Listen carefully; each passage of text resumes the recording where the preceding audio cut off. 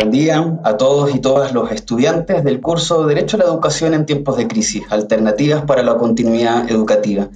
Estamos hoy en nuestra videoclase número 2, en nuestra semana número 2, con el tema Normas mínimas de educación en emergencia y adaptaciones curriculares en contextos de emergencia. Para esto tenemos con nosotros a Claudio Osorio, representante para América Latina de la Red Interagencial de Educación en Situaciones de Emergencia. Muy buenos días, Claudio, bienvenido.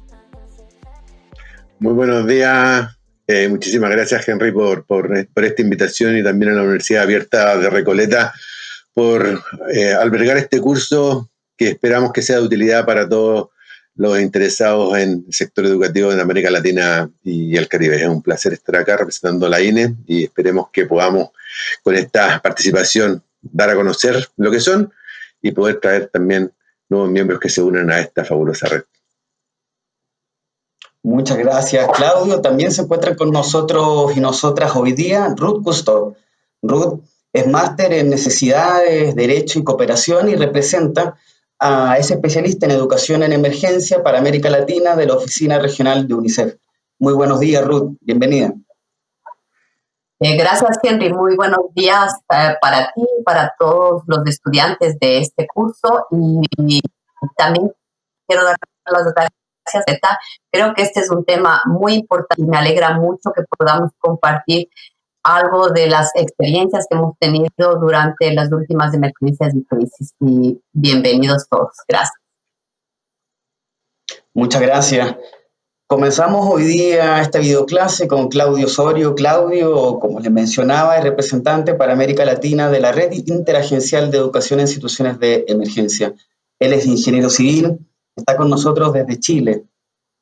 Ha participado desde 1996 en distintas respuestas a desastres de distintos tipos: inundaciones, huracanes, tormentas, tsunamis, erupciones, terremotos a lo largo y ancho de América Latina. Uno de los puntos principales de Claudio, y que compartirá con nosotros hoy día, es qué es la educación en situaciones de emergencia, cuáles son las normas mínimas de la educación en situaciones de emergencia y cuál es su implementación a nivel país. Claudio, como se ha señalado y lo establece el derecho internacional, la educación es un derecho humano universal que debe ser garantizado en todo momento y lugar, independiente del contexto y la circunstancia, incluyendo las situaciones de emergencia. La red, ¿verdad? INE, a la cual tú representas, ha señalado que las situaciones de emergencia pueden ser desastres naturales o generados por el hombre que destruyen en un breve periodo de tiempo las condiciones habituales de la vida, los cuidados y la educación de niñas y niños, por lo que alteran, niegan y obstaculizan o retrasan la realización del derecho a la educación. ¿Podrías comentarnos, Claudio, cómo podemos entender la educación en situaciones de emergencia? ¿Cuáles son las normas mínimas que existen? ¿Y cómo podemos llevar estas normas a la implementación a nivel país en un contexto como este? Bueno, primero reconocer que la red fue creada por instituciones comprometidas con la educación cuando se establece esta meta de educación para todo el año 2000, donde se reconoció explícitamente que los desastres, los conflictos, la migración y otras crisis ponen en riesgo este logro, este objetivo de la educación para todos. Y ahí es donde se establece el INE para justamente establecer algunas condiciones mínimas de decir, bueno, este derecho de la educación que no se interrumpe bajo ninguna circunstancia, cuáles son las bases para poder asegurar niveles mínimos de una educación de calidad, segura y pertinente para los diferentes tipos de crisis. Ese es un poquito el mandato de esta red, que somos una red, no somos una institución, no somos una ONG, somos una red de instituciones, pero también de personas, con las cuales justamente los participantes de este curso se deberían sentir reflejados en una red, porque si están participando en este curso, si ustedes están participando en este curso, es porque es un tema relevante, no solamente por el contexto actual, sino por los futuros contextos y el contexto habitual que ustedes pueden vivir en sus comunidades educativas. Entonces, es una red de personas e instituciones abierta a todas las personas e instituciones comprometidas con esta educación en situaciones de emergencia. Y de alguna manera la INE, su primer mandato fue establecer estas normas mínimas para restablecer o para asegurar el derecho a la educación en situaciones de emergencia, y después ha ido avanzando con promover estas normas, hacerlas realidad, que se puedan contextualizar a los diferentes países y contextos para hacer de la educación una realidad en todos los contextos y rincones del planeta. Ya somos una red global en toda esta tierra en la cual vivimos. Muchas gracias, Claudio. Te invitamos, por favor, a compartir con nuestros y nuestras estudiantes tu presentación. Ok, muchísimas gracias. Bueno, en esta presentación, lo primero que queremos hacer es poder comentarle un poquito cómo nació el INE, cuál es el objetivo del INE, con objetivos de poder que ustedes conozcan, pero también que puedan considerar la eventual interés de poder unirse a la red. Brevemente voy a presentar el proceso de elaboración y cómo estas normas están estructuradas y cuáles son algunas de ellas y cómo pueden ser de interés para los diferentes contextos, no solamente la situación sanitaria actual, sino otros contextos de crisis que se están viviendo efectivamente en los países de América Latina. Y para terminar, les voy a comentar algunos casos de cuál es el uso que se le pueden dar a estas normas y cómo pueden las mismas ser contextualizadas en las diferentes comunidades educativas, países o instituciones que estén interesadas. Entonces, si comenzamos con el INE, ¿ya? El INE, como les decía, es la red, se conoce como la Red Interagencial de Educación para Situaciones de Emergencia, la cual reúne personas e instituciones interesadas y comprometidas con el derecho a la educación, ¿ya? Esto está conformada por ONGs, por donantes, por gobiernos, por universidades y por personas interesadas en el derecho a la educación en situaciones de emergencia. ¿Quiénes somos? Actualmente tenemos una membresía de más de 16.000 personas a lo largo y ancho de todo el mundo, donde hay más de 50 organizaciones asociadas que corresponden a 190 países o representan 190 países del planeta, y la INE existe para y por sus miembros, ¿ya? Entonces ahí le hago la invitación, únanse al INE, ¿ya? Porque queremos no solamente conocer sus necesidades, pero también conocer sus contribuciones a esta comunidad global de la educación en situaciones de emergencia.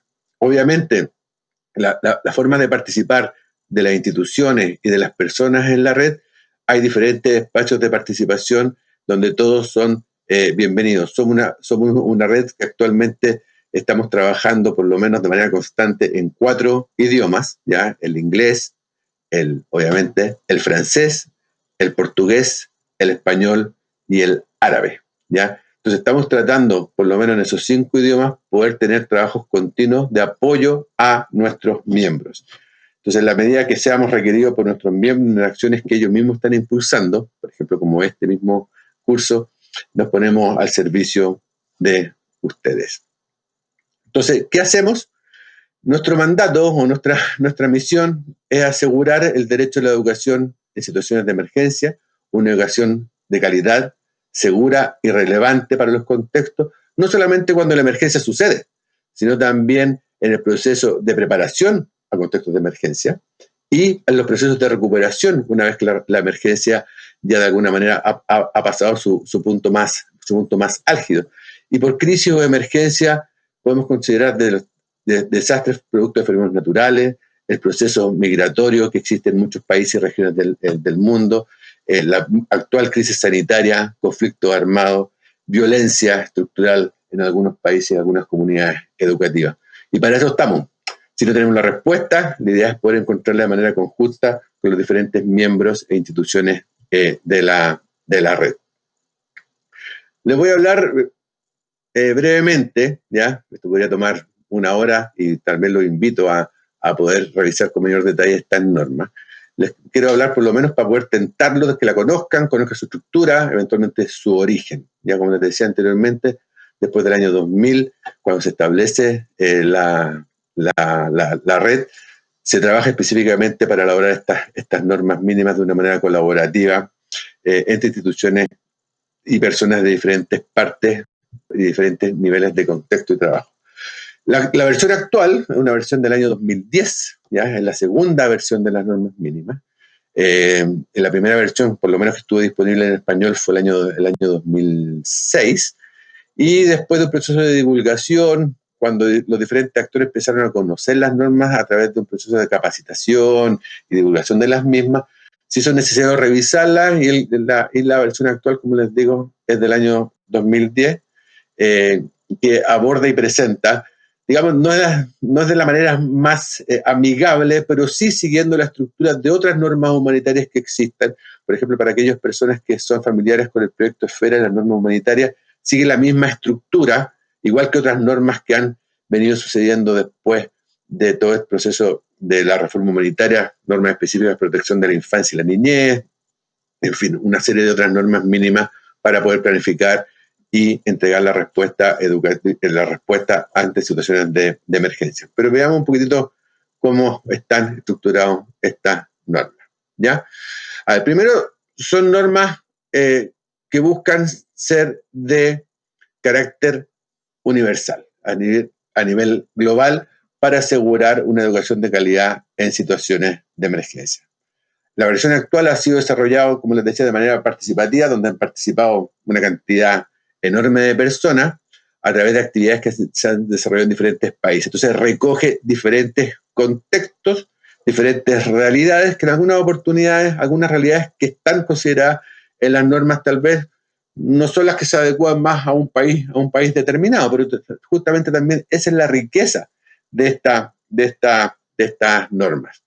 Una cosa fundamental es que está basado, o las normas han sido construidas, en siguiendo un enfoque de derechos, una serie de acuerdos internacionales, ¿verdad? Desde el derecho a la educación,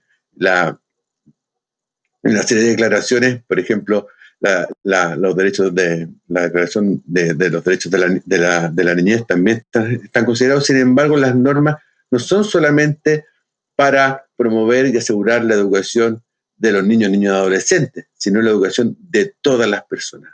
O en alguna oportunidad, utilizando las normas mínimas, por ejemplo, se han establecido programas de alfabetización de adultos, o se han diseñado respuestas educativas para educación superior y técnica.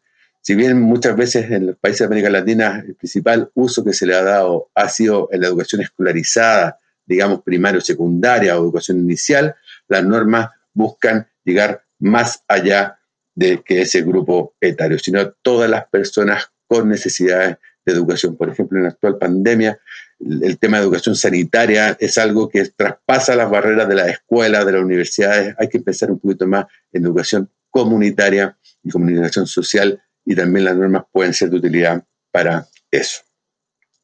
Entonces, la estructura de las normas mínimas están fijadas en 5 ámbitos, que son los que se ven en esta figura, ¿ya? Y presentan, el documento de las normas presenta diferentes estructuras, es decir, presenta primero las normas, que representan qué es lo que se desea lograr, ¿ya? Qué es lo que busca cada estas normas en los diferentes ámbitos. El acceso a la enseñanza y aprendizaje, por ejemplo, a la planificación y la participación, a los maestros y otro personal educativo, también a las políticas educativas. Todas estas normas o todas las acciones que se diseñan siempre tienen que considerar la participación comunitaria, un análisis continuo de una situación que muchas veces es cambiante y un proceso de coordinación. Es decir, aquí reconocemos que en situaciones de crisis una persona no va a resolver todos los problemas, ¿verdad? Vamos a tener que estar trabajando en conjunto al interior del sector educativo, pero también muchas veces interactuando con otros miembros u otros sectores que van a contribuir a que la respuesta educativa sea de una manera formal o integral. Entonces, la estructura de las normas consideran por una parte y presentan estas normas. Después presentan también así algunas notas, acciones claves, que son recomendaciones, qué es lo que se debería hacer o qué se debería planificar para lograr llegar a esta meta o a esta norma que está definida en este documento de las normas mínimas.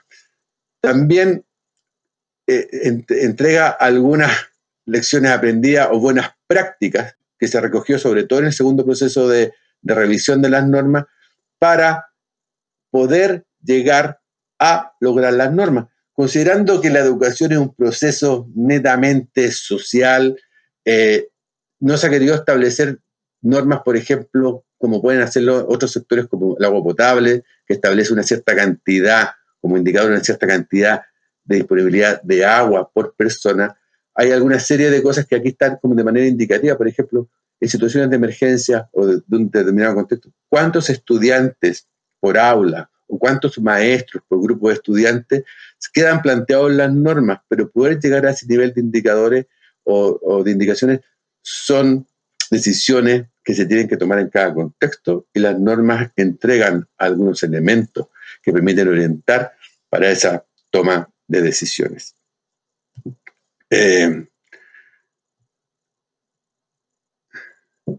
Entonces, la norma mínima, como les decía, son esos 5 ámbitos que están presentados en el diagrama anterior. Son 19 normas en total. Sin embargo, el documento de las normas mínimas lo hace que sean con bastantes páginas, un poquito más de 100.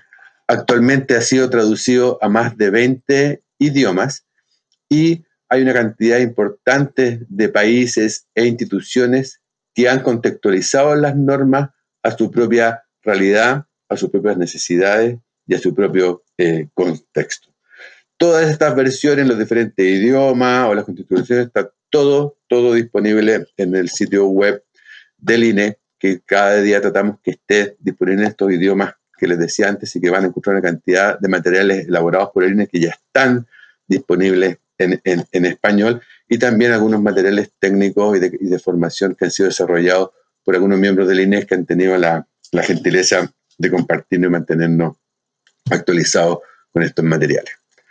Este es un pantallazo de las normas, de las 19 normas. No quiero entrar en detalle porque si no nos tomaríamos todo el tiempo del curso, pero sí hacerles la invitación que puedan revisar estas normas, puedan ver cuáles de aquellas normas se adecuan más a las necesidades actuales que pueden tener ustedes en sus propios territorios, en sus propias comunidades educativas.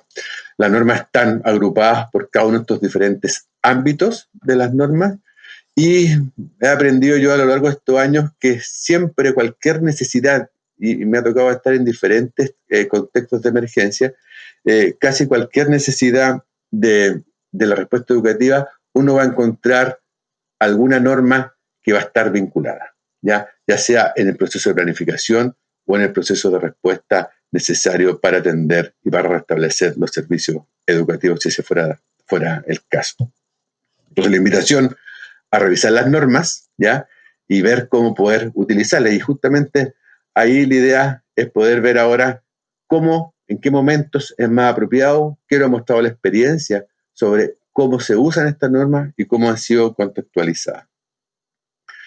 Entonces, ¿cuándo debo usarlas? ¿Cuándo debo usar estas normas? Bueno, primero en la planificación educativa, ya sea a nivel de ministerio, a nivel de un territorio, a nivel de una escuela, ¿ya? Y pueden ser utilizadas ya sea en el proceso, digamos, de planificación del desarrollo del sector educativo, o cuando ya el sector educativo ya está enfrentando una emergencia. Obviamente, incorporar la planificación de crisis en el proceso general del sector educativo es lo ideal. Sin embargo, por ejemplo, en la situación actual, las normas son de muchísima utilidad para generar protocolos, planes de retorno a clase, en fin. Lo otro también, cuando debe usarlas, a nivel de coordinación, como hemos dicho antes, un actor, un ministerio, no va a resolver el tema de la planificación y de la respuesta educativa en situaciones de emergencia, por lo cual el poder utilizar esta herramienta de las normas en los procesos de coordinación sectorial para la planificación y la respuesta, de manera que genere unas bases mínimas, ¿ya?, para este proceso de coordinación y de comprensión de la situación y de cómo poder enfrentar la situación o el contexto que estamos enfrentando, ¿ya? Lo otro también es poder monitorear la respuesta educativa. Es decir, hay muchas respuestas educativas que se pueden, por diferentes razones, por una integridad de planificación, se centran mucho en un componente, por decir algo, el tema de infraestructura o el tema de material educativo, dejando olvidado, por ejemplo, las necesidades de nuestros maestros, ¿ya? Entonces, utilizar y monitorear la respuesta a una emergencia utilizando a la luz de las normas van a poder, de alguna manera, evidenciar los vacíos que hay que ir atendiendo.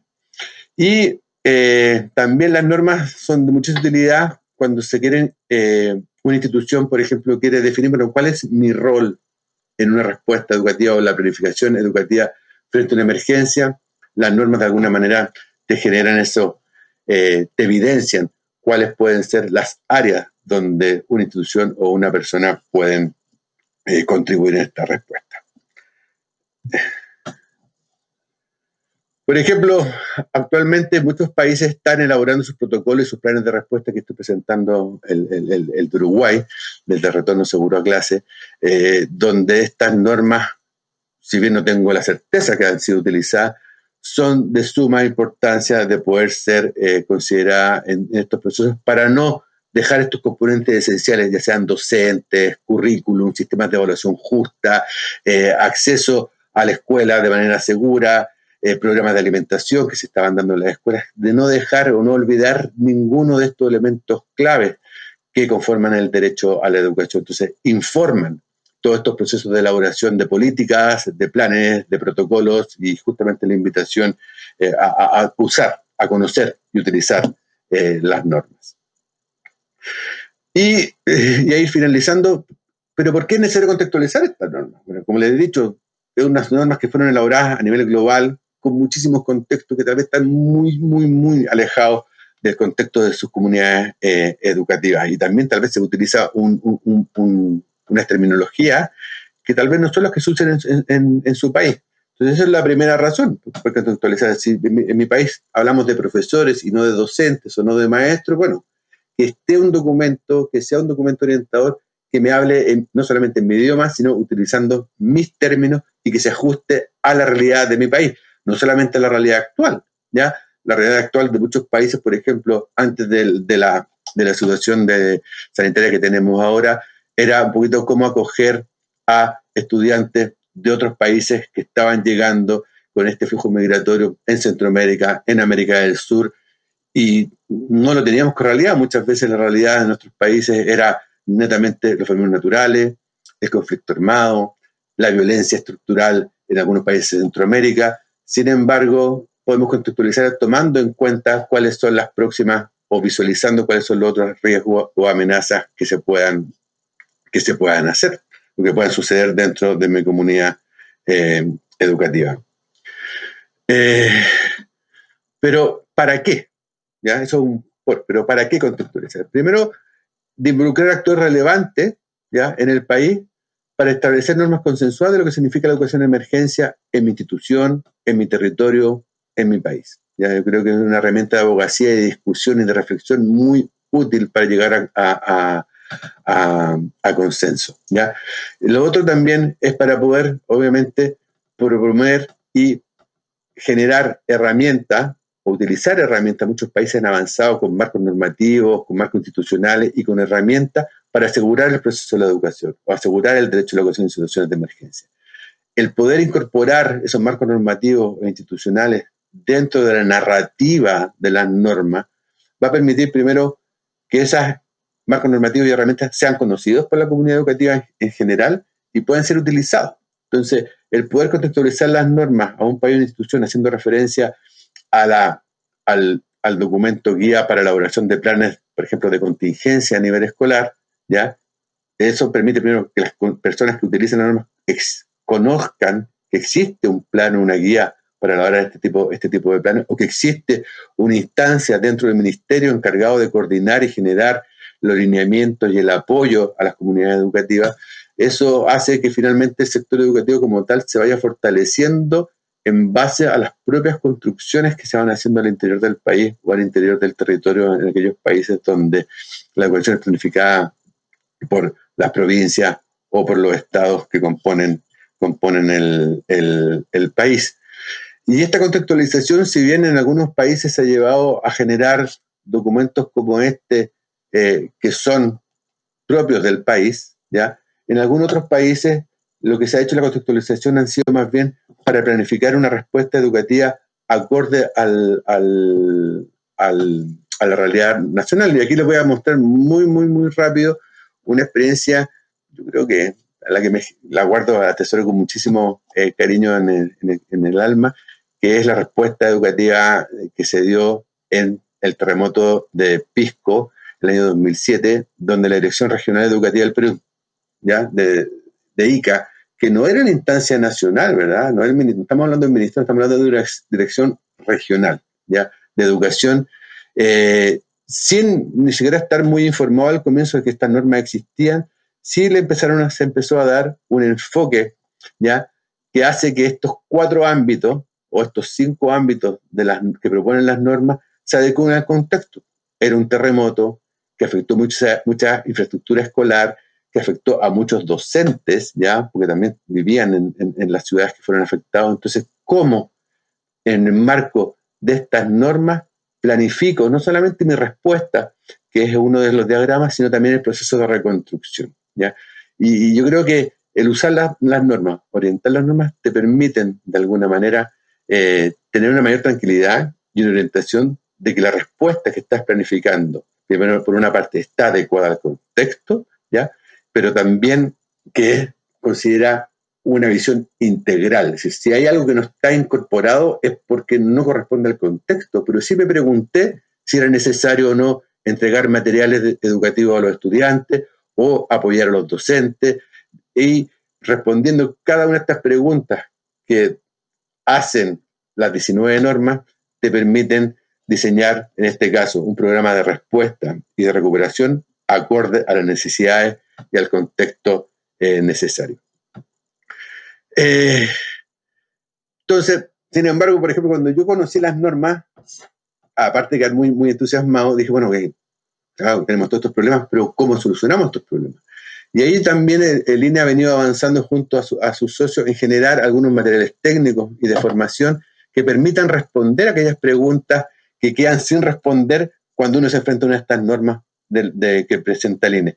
Y para eso el INE ha desarrollado una serie de materiales, ¿ya?, que buscan ayudar o entregar información adicional que permitan a los miembros del INE u a otras personas que están usando las normas de cómo atender este tema de género, cómo hacer que una escuela sea más segura frente a un terremoto, frente a un huracán, frente a una inundación.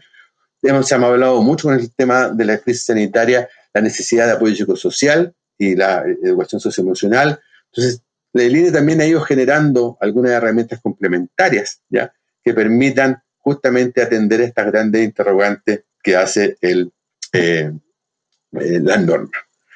Entonces, ya resumiendo, si están acá en este curso es porque les interesa el tema. Si están comprometidos con esta educación o asegurar el derecho a la educación en situaciones de emergencia, la invitación es a consultar, usar y promover las normas y sobre todo también unirse al INE, a esta red abierta de personas e instituciones que mientras más seamos vamos a hacer de este derecho una realidad, no en esta situación actual, sino en futuras crisis que seguramente nos van a tocar seguir viviendo.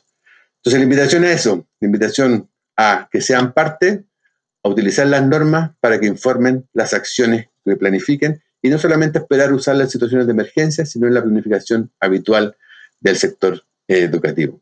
Muchísimas gracias por la participación. Muchas gracias, Claudio, por esa presentación. Como nos ha interpelado con su mensaje final a desafíos comunes globales, ciertamente necesitamos de respuestas asociativas regionales.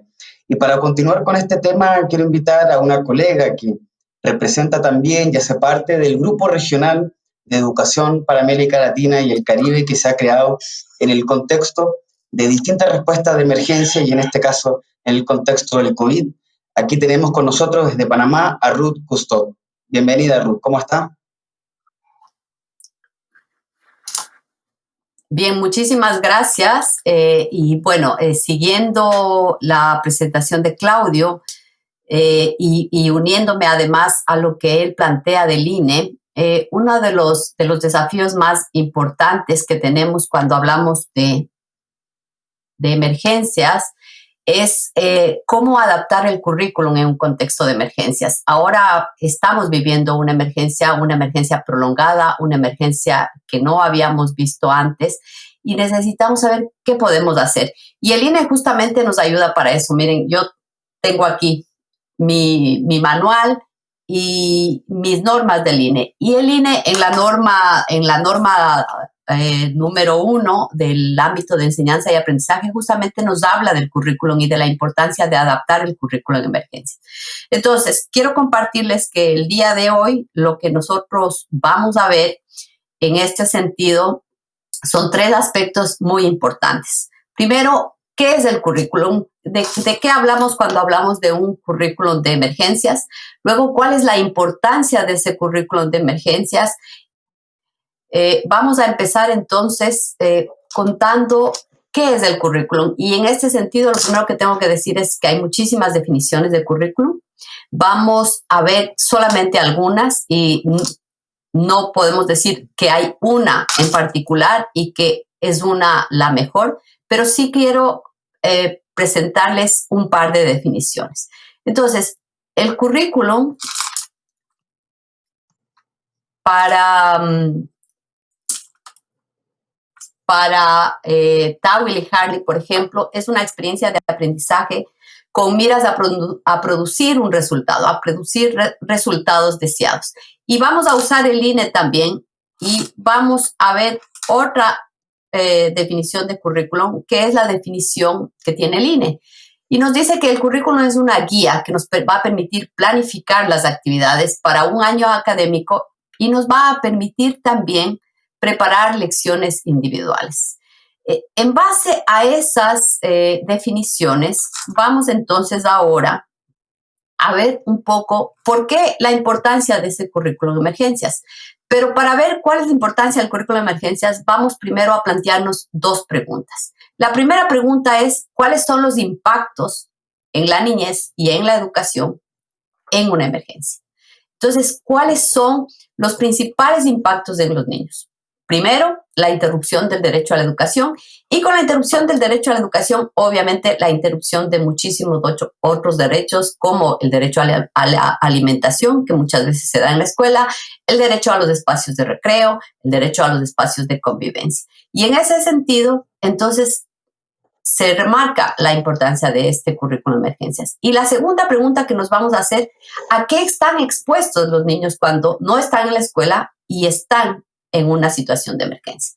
Y hoy, con los eventos que están pasando, ya podemos ver a qué están expuestos. Primero, actualmente están expuestos a mayor agresión, mayor violencia muchas veces, a que no se respeten sus derechos, a que muchas veces no tengan acceso a los servicios básicos de salud, de alimentación, de vivienda, ¿sí? Esos son algunos de los riesgos a los que están expuestos. Y entonces eso nos va a dar cuál es el propósito de este currículo de emergencias. Si tenemos ese impacto y tenemos esta exposición y este riesgo, entonces veamos cómo nos ayudará este currículo de emergencias. Y en ese sentido, entonces, vamos a ver cuáles son los principales propósitos. Primero, el currículo de emergencias pretende abordar las necesidades de salud, protección y seguridad, ¿sí? Busca promover cambios de comportamiento. ¿Por qué? Porque cuando tenemos una emergencia, muchas veces tenemos que aprender nuevos comportamientos. En el caso del COVID, por ejemplo, tenemos que aprender a cuidarnos, tenemos que aprender de higiene, de salud, y eso va a buscar un cambio de comportamiento, pero también va a buscar tolerancia e inclusión. Hablemos de la discriminación, por ejemplo, la falta de información y desconocimiento que provoca esa discriminación. Entonces, también nos servirá para esto. ¿Para qué más nos sirve el currículum de emergencias? El currículum de emergencias busca aprendizajes experienciales y busca desarrollar habilidades para la vida. Entonces, ahí vamos a ir viendo cómo el currículum de emergencia responde a unas necesidades básicas y, en este caso, a necesidades que pueden salvar la vida de los niños y de los adolescentes. Dicho esto, vamos a ver entonces, como les decía yo en definiciones, siempre digo que hay muchas definiciones y muchas pueden ser adecuadas. Vamos a definir qué es entonces el currículum de emergencias. Lo primero que tenemos que tomar en cuenta es que el currículum de emergencias es una herramienta pedagógica que responde ¿a qué? Responde a las necesidades y demandas de aprendizaje, pero de acuerdo al nuevo contexto, al contexto de crisis. Luego, también el currículum de emergencias garantiza que lo principal que tiene que hacer es garantizar la continuidad educativa. Y en ese sentido, cuando hablamos de continuidad educativa, hablamos también que tiene que garantizar una educación de calidad, y tiene que promover dos cosas fundamentales. Tiene que promover la resiliencia, es decir, recuperarnos y recuperarnos mejor, y tiene que promover el desarrollo del máximo potencial de los niños con las nuevas condiciones y con las herramientas que tengamos a la mano. En ese sentido, entonces, si ya hemos visto qué es el currículum de emergencias, ¿sí? Ahora vamos a pasar a ver cuáles son los elementos que se deben considerar en la adaptación del currículum. Y entonces aquí vamos a ver tres cosas importantes. ¿Cuáles son las características de esa adaptación curricular? ¿Cuáles son los elementos en los que se tiene que intervenir? ¿Y cuál es la ruta? Y vamos a empezar diciendo que el currículum de emergencias, o cuando hay una emergencia, no podemos pensar que podemos continuar con el mismo currículum que teníamos antes de la emergencia. Por varias razones. La principal es porque hemos pasado un proceso de crisis donde seguramente una de las grandes afectaciones de los niños es la parte psicosocial, ¿sí? En ese sentido, tenemos que trabajar en esa parte psicosocial. Otra parte es la salud, otra parte es el acceso a servicios básicos. Entonces, ese currículum tendrá que adaptarse a esas nuevas circunstancias. Y entonces aquí vamos a ver algunas de las características. Y eso nos va a ayudar también a pensar en que no es difícil y no es imposible hacer esa adaptación. Primero, el currículum tiene que ser transitorio. Por eso decimos que es un currículum de emergencias. No se utiliza en un tiempo prolongado, sino se utiliza en el tiempo que dure la crisis. Y obviamente la duración va a depender de esto. Es contextualizado. ¿Qué quiere decir con esto? Que tiene que contextualizarse a las necesidades, ¿sí? Y a las demás del contexto de la crisis, de lo que está pasando, y también a las características de las diferentes poblaciones. Es formal porque se tiene que planificar. Muchas veces creemos que el currículo de emergencia es poner un poco de contenidos y darlos. No, tiene que ser planificado. Luego es compensatorio porque lo que busca es justamente compensar o llenar los vacíos de lo que no se ha podido dar. Luego es participativo, y en este sentido, ¿por qué es participativo? Porque busca incluir a la comunidad educativa, a los maestros, a las autoridades educativas, también a la comunidad, a los padres de familia. Es generador porque va a generar nuevos aprendizajes y va a generar también nuevas interacciones, y busca obviamente responder a las nuevas necesidades. Si sabemos cuáles son esas características, entonces también tenemos que saber que el principal propósito, como ya lo decíamos, es garantizar esa continuidad educativa. ¿Cómo hago para que el derecho a la educación, que muchas veces está mal entendido como un derecho que está bajo los otros derechos, quede al mismo nivel que los otros derechos?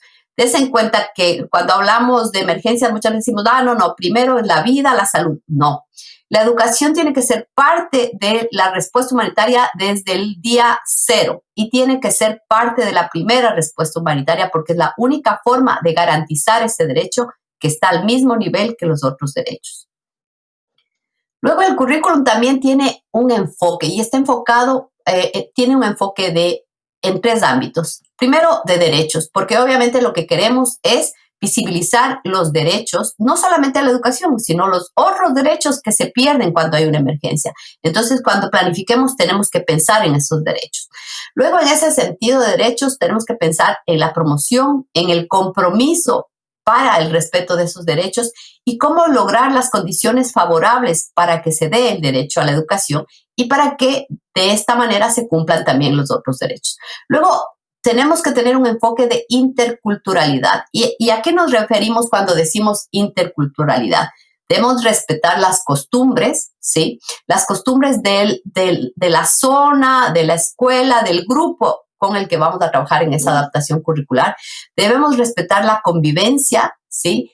y debemos respetar las diferentes interacciones que se dan en esa comunidad. Entonces, la adaptación curricular tendrá que hacerse dependiendo del contexto. No puede ser una adaptación curricular para todo el país, porque en ese sentido no estaríamos tomando en cuenta la parte de interculturalidad ni la parte de contexto. Y luego, la última característica es que tiene que ser inclusivo. Y cuando hablamos de inclusivo, hablamos de que tiene que incluir a todos. Y cuando digo a todos, me refiero a niños, niñas y adolescentes con discapacidad, a migrantes, a niños de zonas rurales, a niños en condiciones de vulnerabilidad. De esa forma podemos garantizar entonces estos 3 enfoques que debería tener esta adaptación. Y luego la adaptación del currículum. Cuando decimos la adaptación del currículum, tenemos que pensar que el currículo educativo es muy amplio, pero dependerá del número de días que se perdieron de clase, dependerá de las condiciones, dependerá de cuánto tiempo le tenemos que dedicar al tema de apoyo psicosocial, al tema lúdico. Entonces, lo que tenemos que hacer es centrarnos en el desarrollo de competencias básicas y fundamentales, lo que decimos también aprendizajes significativos para la vida. Y en ese sentido, y creo que es lo que más nos cuesta, tenemos que aprender a priorizar y a enfocarnos en cuáles serán esas competencias básicas que sí o sí se tienen que dar para que ese niño sea promovido al grado inmediato superior. Entonces, pensemos en eso como características fundamentales para esa adaptación. Luego, entonces, obviamente, ese currículum, como no tendrá todo el tiempo, si hemos perdido 2 o 3 meses, tendrá que adecuarse a lo que falte, ¿verdad? Porque tampoco es pedagógico, tampoco está bien que alarguemos las clases y que sigamos llenando de contenidos, ¿sí? Cuando estamos atravesando una situación de crisis. Entonces, tiene que ser un currículum práctico en el sentido que dé aprendizajes significativos, desarrolle habilidades. Luego tiene que ser flexible porque tendrá que adaptarse a los contextos y tendrá muchas veces que cambiar en el transcurso de la crisis porque cambiarán las condiciones de la crisis. Tiene que ser realista. No pretendamos abarcar más de lo que podemos y centrémonos en las competencias básicas, en los que realmente necesito hacer. Pensemos que no queremos dar más estrés ni a los niños ni a los padres. Entonces, si queremos que podamos tener este currículum de emergencia y que los niños realmente puedan aprender, no vamos a llenarles de contenidos. Tiene que ser realista, tiene que ser flexible y tiene que ser alcanzable. Esto va a lograr también reducir el nivel de estrés en los maestros y que ellos sepan qué es lo que tienen que hacer. Y en ese sentido, ahora vamos a hablar de en qué tenemos que intervenir. Si yo quiero intervenir para adaptar el currículum, tengo que pensar en 3 grandes ámbitos. Primero, ¿cuál va a ser el programa de estudios mínimo? Para eso, ¿qué tengo que hacer? Tengo que revisar mi programa de estudios, tengo que revisar cuáles son las competencias básicas, tal vez matemáticas, lectura, escritura, y en cada una de estas tengo que priorizar. Entonces, ¿cuáles son los contenidos de estas materias básicas que yo voy a priorizar en el currículum de emergencia?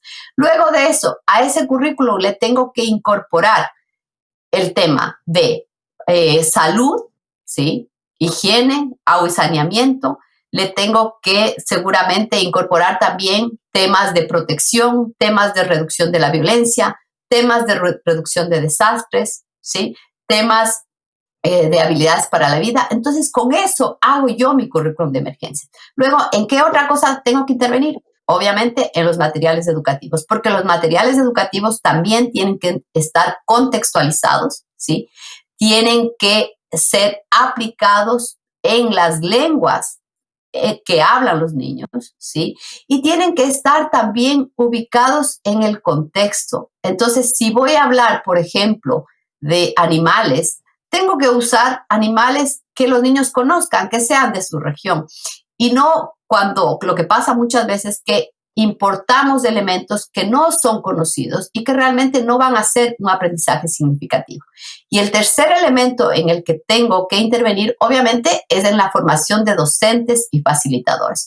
Cuando hay una emergencia, muchas veces hay problemas en tener acceso a los docentes también van a estar afectados, igual que el personal educativo. Entonces, tendré muchas veces que formar nuevos docentes y facilitadores de la comunidad. Y tengo que formarlos en cómo manejar ese currículo, en los elementos pedagógicos para poder dar esa clase y poder llegar a los niños. Entonces, repitiendo, 3 elementos básicos: programas de estudio, materiales educativos y formación de docentes.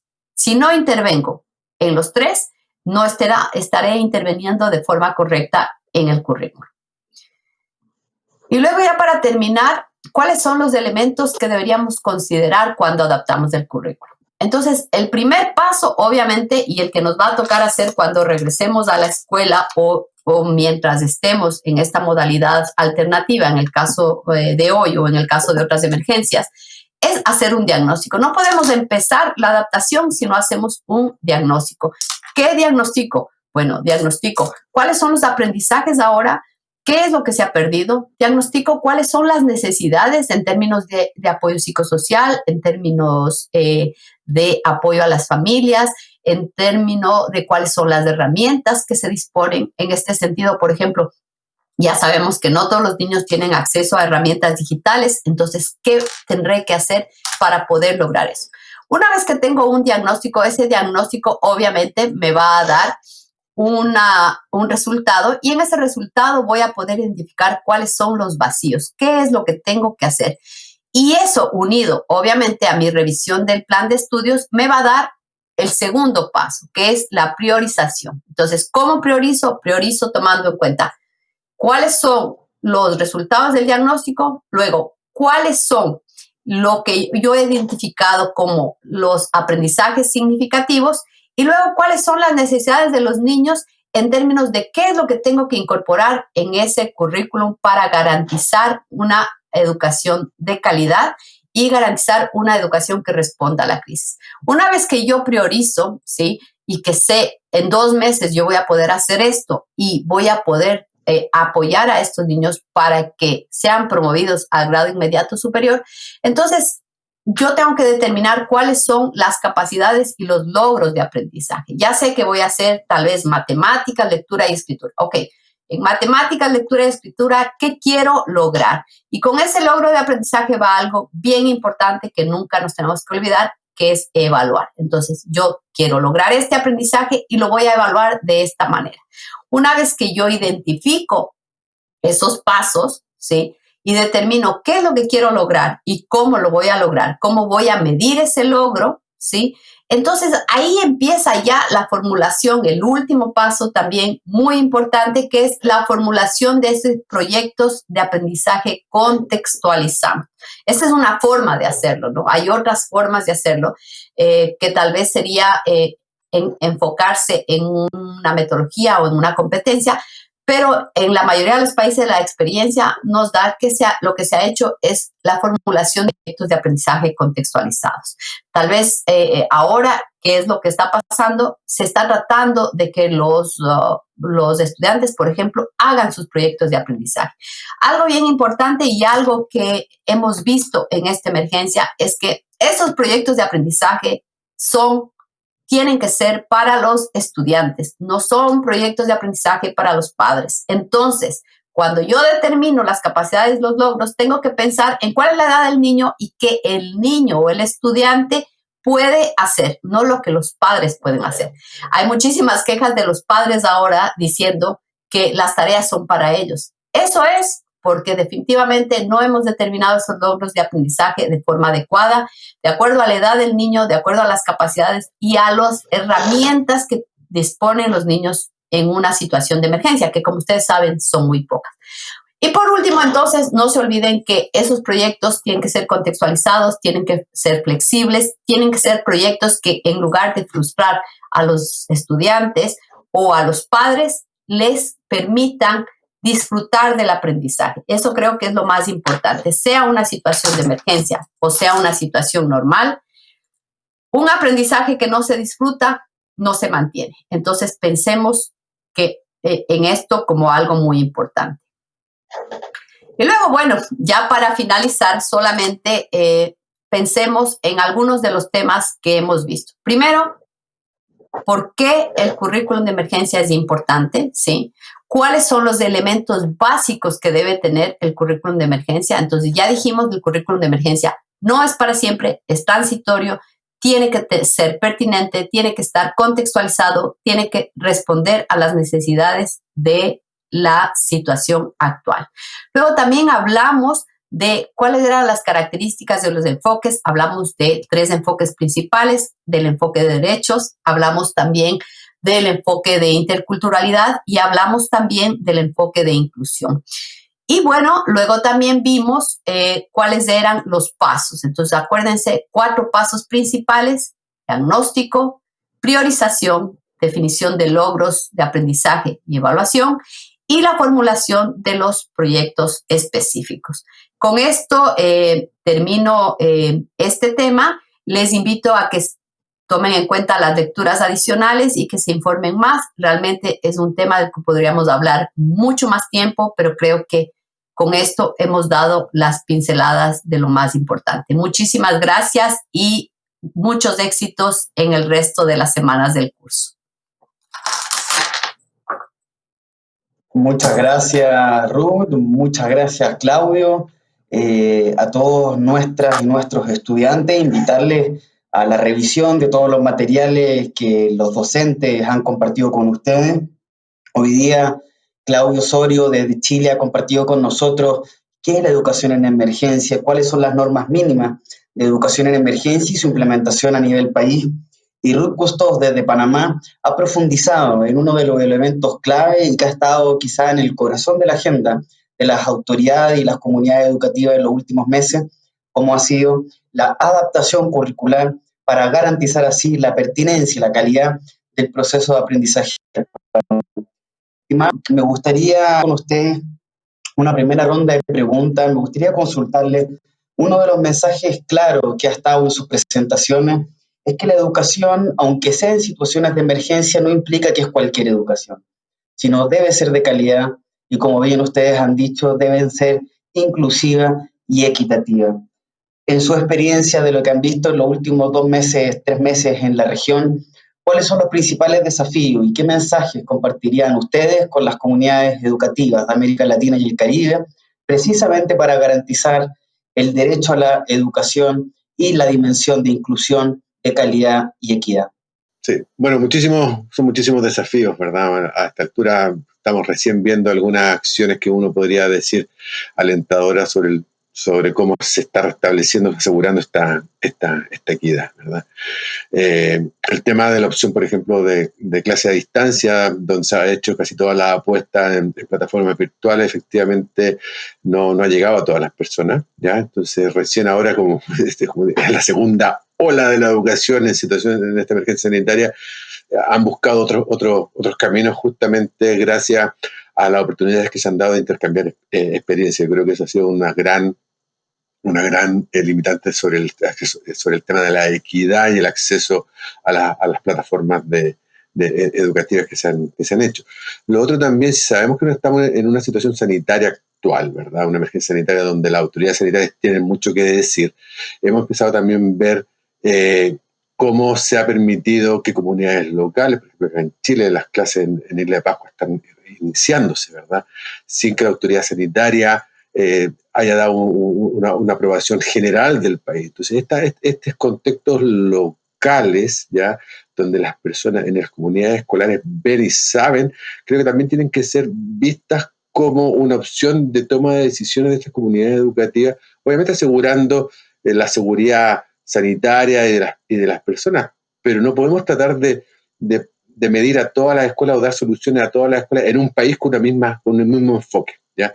Creo que ha faltado eso, ha faltado la participación de las comunidades educativas, y dentro de las comunidades educativas, y me incluyo porque soy padre de niños, en comunidades educativas donde el diálogo ha estado en este momento entre las direcciones escolares y los padres y madres, ¿ya? Es decir, no hemos escuchado a los niños, ¿ya?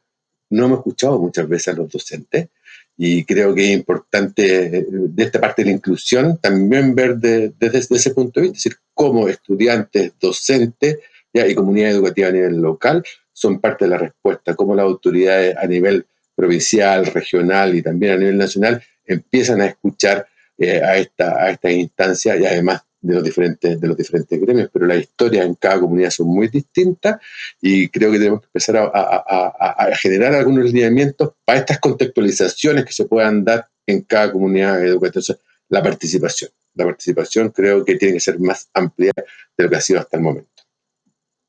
Muchas gracias, Claudio. Ruth, ¿te gustaría compartir con las y los estudiantes alguna reflexión al respecto?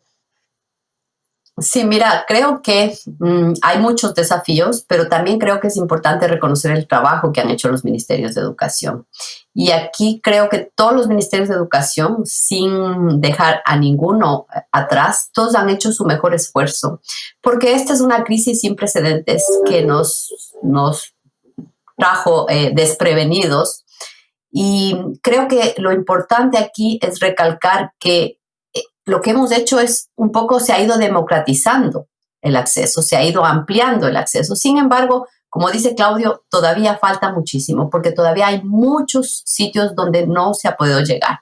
Entonces, creo que una lección aprendida importante es que no podemos usar el mismo método, ¿sí?, para todos, que tenemos que aprender a diversificar y contextualizar. Entonces, hemos visto métodos innovadores desde pizarras comunitarias, mensajes de WhatsApp, texto, radio, televisión, plataformas, materiales impresos. Cualquiera de estas soluciones, si logra el acceso a una educación que tú bien lo dijiste de calidad, creo que estamos avanzando. Y el otro gran desafío ahora es el tema del regreso a la escuela. Y en ese regreso a la escuela tenemos varias experiencias de otras regiones. En estas regiones lo que ha pasado es que ha habido diferentes modalidades y diferentes enfoques. En algunos países se ha priorizado a los niños más pequeños para ingresar a la escuela porque son los que, de acuerdo a las autoridades sanitarias, están menos expuestos, ¿sí? Y también porque ellos necesitan más apoyo. Entonces se benefician mucho menos de la educación a distancia y sus padres generalmente van a tener que salir a trabajar. En otros sitios se ha enfocado en las transiciones. Entonces, los niños que tienen que ir de la escuela al colegio o del colegio a la universidad para evitar que esa transición se rompa. Entonces, esto nos da la pauta de que en cada país tiene que estudiarse de forma diferente y tienen que hacerse soluciones escalonadas, que como bien lo decía Claudio, no pueden ser las mismas. Miren en las partes rurales, cuando se empieza, que se ha empezado en varios sitios, a abrir las escuelas por la parte rural, tomando en cuenta obviamente todas las orientaciones de salud, pero sitios donde no hay casos de COVID, donde los niños no tienen acceso a conectividad, donde los maestros viven en la comunidad, ¿por qué tenemos que suspender las clases? Podríamos continuar y podríamos garantizar ese derecho. Entonces tenemos que pensar en ese sentido. Creo que ahora el gran desafío es poner en práctica los protocolos. Sí les tengo que decir que actualmente ya hay 12 países de nuestra región que tienen sus protocolos y muchos otros los están haciendo.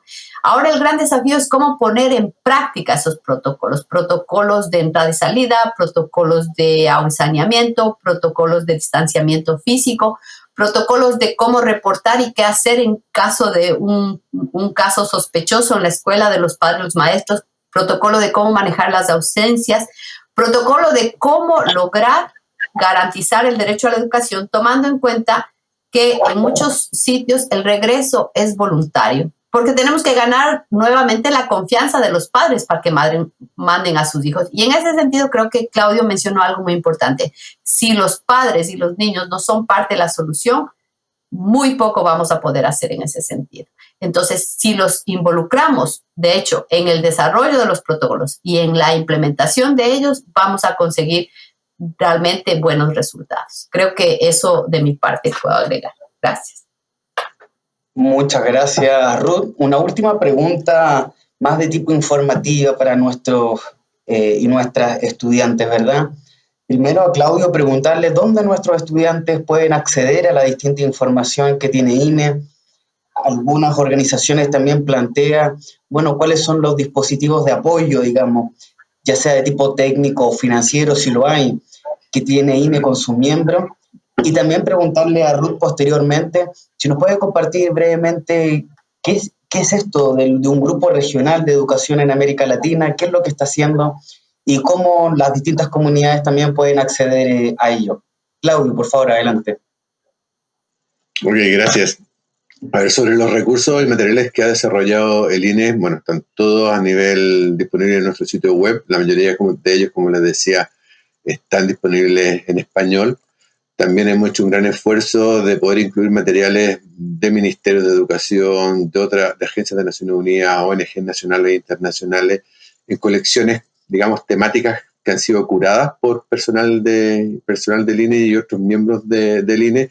Entonces uno puede, por ejemplo, si uno anda buscando información sobre educación acelerada, existe una colección de educación acelerada donde uno puede acceder a una serie de materiales. Eso no quita también que yo, mi rol es apoyar a los miembros de habla hispana, ¿verdad? Si no lo encuentran, poder ayudarles en eso. A ver, la INE, como les decía, es una red, es una institución. Somos pobres, pero con un alma y un corazón muy, muy, muy grande, pero sobre todo nuestra riqueza está en los miembros y su diversidad, ¿ya? No somos una institución financiera, no movilizamos recursos, pero sí yo creo que la experiencia nos ha mostrado que al ser esta gran red nos ha permitido poner en contacto a miembros, ya sean instituciones o personas, que requieren el apoyo técnico, que requieren los recursos para poder hacer realidad algunas acciones y actividades de algunos otros miembros, ¿ya? Aquí la clave es ser miembro del INE, ¿ya? Si no son miembros del INE, nosotros servimos a los miembros, así que bienvenidos. Generalmente cuando recibimos algunos apoyos, lo primero, el checklist es, ¿eres miembro del INE? ¿Ya? Si no, bueno, sé miembro. Y la verdad, ustedes saben, ustedes dos son miembros también y así estamos, es decir, somos una red abierta que estamos promoviendo esto y la verdad es muy lindo ser parte de la misma. Gracias, Claudio. Expresar también que este curso precisamente ha contado con la asesoría técnica en los contenidos, en el contacto con docentes de esta red, ¿verdad? Como planteaba Claudio, el principal recurso que tenemos son los aprendizajes de cada uno de ustedes, de cada uno de nosotros en estas últimas décadas de respuesta a situaciones de emergencia, ¿verdad? Y también en el último tiempo se ha conformado un grupo específico de educación liderado también por UNICEF, por Save the Children, que tengo entendido, Ruth, que reúne a distintas organizaciones, sea de la sociedad civil, de Naciones Unidas, de distinto tipo, a nivel regional, pero que al mismo tiempo busca apoyar, ¿verdad?, el desarrollo de la respuesta a nivel país. Podemos cerrar si nos comentas un poco qué es este grupo regional y cómo los distintos actores pueden involucrarse con él, acceder a sus materiales, precisamente para, como decía Claudio, tener a partir de la evidencia, tener mejores capacidades para tener respuestas más sostenibles, más efectivas y más inclusivas. Adelante, Ruth, por favor. Claro que sí. Bueno, el grupo regional se crea porque en el año 2011, 18 ministerios de educación se reúnen en Panamá y hacen una declaratoria para apoyar los temas de educación, emergencias y reducción de riesgo en educación. Entonces, 18 ministerios se comprometen para apoyar esto, pero obviamente todas las agencias que estaban apoyando esto deciden conformar este grupo regional también como un referente del clúster global de educación. Y por eso el grupo regional está coliderado de igual manera que el clúster global por UNICEF y Save the Children. Como tú bien lo dijiste, existen gran cantidad de organizaciones que están participando. Tenemos ahora aproximadamente 15 organizaciones que están participando de este esfuerzo. Y lo que busca, por un lado, es apoyar en el desarrollo de herramientas y productos regionales que les puedan servir no solo a un país, sino a varios países, apoyar todo lo que es el desarrollo de información y también el compartir esa información y el apoyar el intercambio entre los diferentes países. Y en ese sentido también el apoyo a los clústeres o a los mecanismos de coordinación que existen en cada país. Este grupo se constituye formalmente desde el 2011 y viene trabajando en una serie de actividades para apoyar a los países. Desde que empezó esta última crisis del COVID, está en reunión permanente y está desarrollando una serie de productos tanto para apoyar a los docentes como para apoyar a los otros mecanismos de coordinación del país. Una muestra es este curso, por ejemplo, donde varios de los actores del grupo regional están participando con asesoría técnica o como parte de las clases. ¿Cómo se puede acceder? Ahora el grupo tiene una página de Facebook, ¿sí? Que es Gestión de Riesgo Educación. Bueno, se las vamos a poner en los recursos de la videoclase para que lo tengan. Entonces se puede acceder a través de eso, pero también estamos nosotros acercándonos a los países para que cada mecanismo de coordinación de los países pueda presentar lo que están haciendo y podamos ver cómo podemos apoyar esa respuesta. Y en ese sentido, por ejemplo, la semana anterior estuvo el Ministerio de Educación de El Salvador.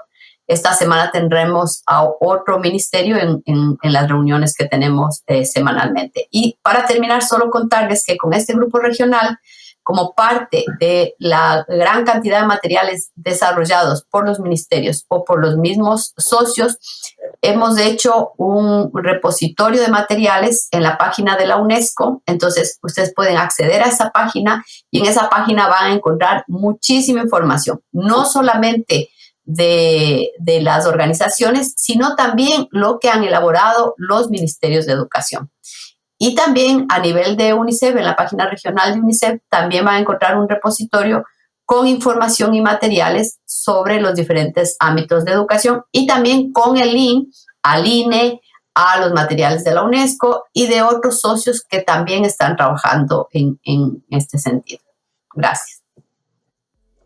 Muchas gracias, Ruth. Muchas gracias, Claudio. Hemos cerrado nuestra videoclase número 2 de la semana número 2 del curso Educar en tiempos de crisis, alternativas para la continuidad educativa. Hoy día compartimos con Claudio Osorio de Chile, con Ruth Custode de Panamá, sobre el derecho a la educación en situaciones de emergencia, las normas mínimas de educación en emergencia, su implementación a nivel país y uno de los temas clave como han sido las adaptaciones curriculares. Les dejamos invitados a continuar con nosotros y les deseamos lo mejor para las próximas sesiones del curso de Educación en tiempos de crisis. Hasta pronto.